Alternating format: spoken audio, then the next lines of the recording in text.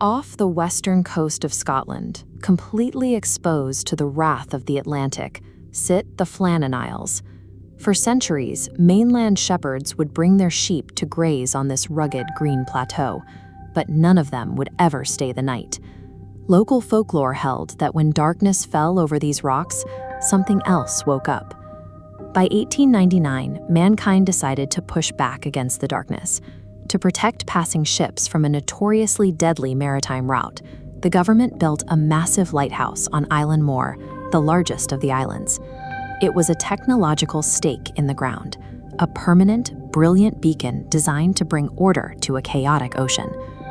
Running that beacon required extreme discipline. 4 men were assigned to the station, working in rotations of 3. In December 1900, the island was manned by James Ducat, a 20-year veteran of the seas, Thomas Marshall, a sharp 28-year-old assistant, and Donald MacArthur, a famously tough relief keeper filling in for a sick colleague. Their lives operated on a rigid schedule of 6 weeks on, 2 weeks off. But exactly 1 year after the light first turned on, it went out. On the night of December 15th, a passing steamship noted the pitch-black horizon and logged it. Yet through a series of human errors and mainland oversights, nobody raised an alarm. For 11 days, the lighthouse sat completely dead, and the mainland remained entirely oblivious to the silence. When the relief ship finally arrived on December 26th, keeper Joseph Moore rowed ashore to investigate. What he found inside the living quarters was deeply unsettling because of how perfectly peaceful it was. The exterior doors were firmly locked. Inside, the ashes in the fireplace were cold, and the clocks had stopped ticking. But the oil lamps were filled, the lenses wiped clean, and the wicks perfectly trimmed. They were entirely ready for the night. They just hadn't been lit. The perfect order of that room rules out a panic. The men didn't pack their bags, and they didn't flee an intruder. They had prepared for their evening shift, stepped away from their routine for a moment, and vanished entirely. When investigators arrived to search the island, they quickly developed a logical theory. The ocean took them. They suspected that all 3 men were working near the island's western landing, when a massive rogue wave simply swept them off the rocks. The physical damage on the western cliffs strongly supported this. Heavy iron railings were found bent and uprooted entirely from the stone. Even more striking, a heavy lifebuoy, which was firmly secured by ropes a full 110 feet above sea level, had been violently torn away. That height sounds impossible to reach, but decades later, another keeper stationed at the exact same lighthouse documented rogue waves in this specific channel soaring up to 300 feet high. The ocean in this specific region absolutely had the sheer vertical power required to easily pull a grown man right off the cliffs. But a wave doesn't explain human behavior. James Ducat had 20 years of maritime experience.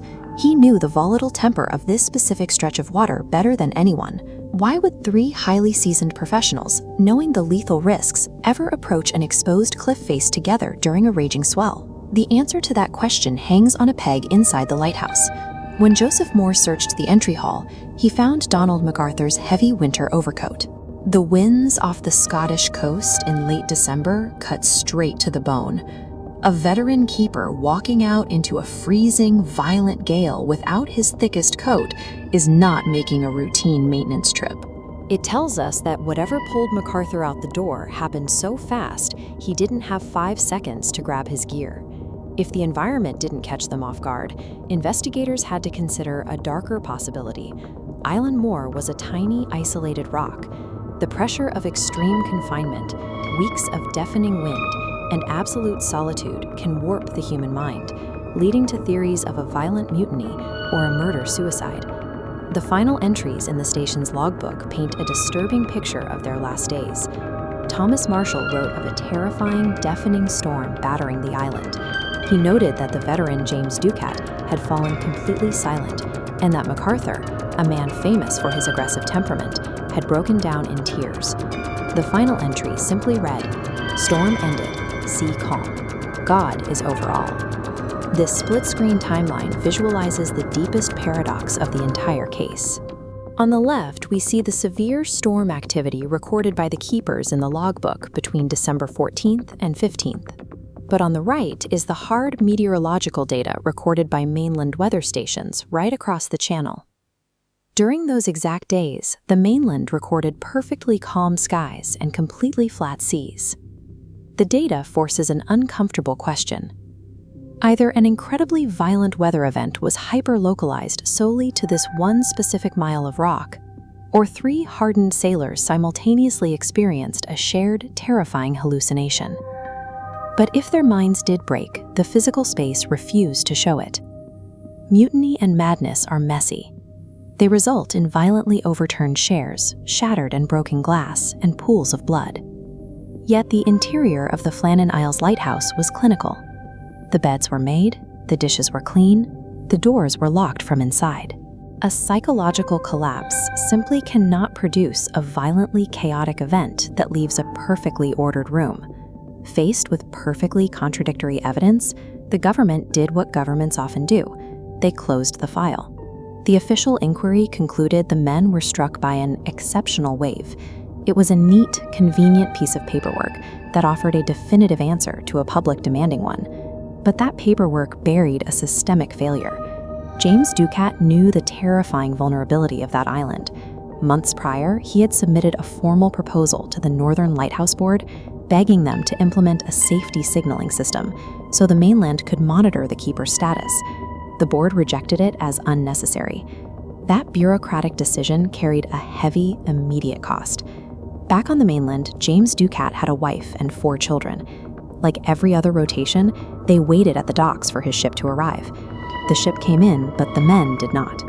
When logic and official reports fail to provide closure, human beings will always reach for myth. Soon after the disappearances, a local story took root.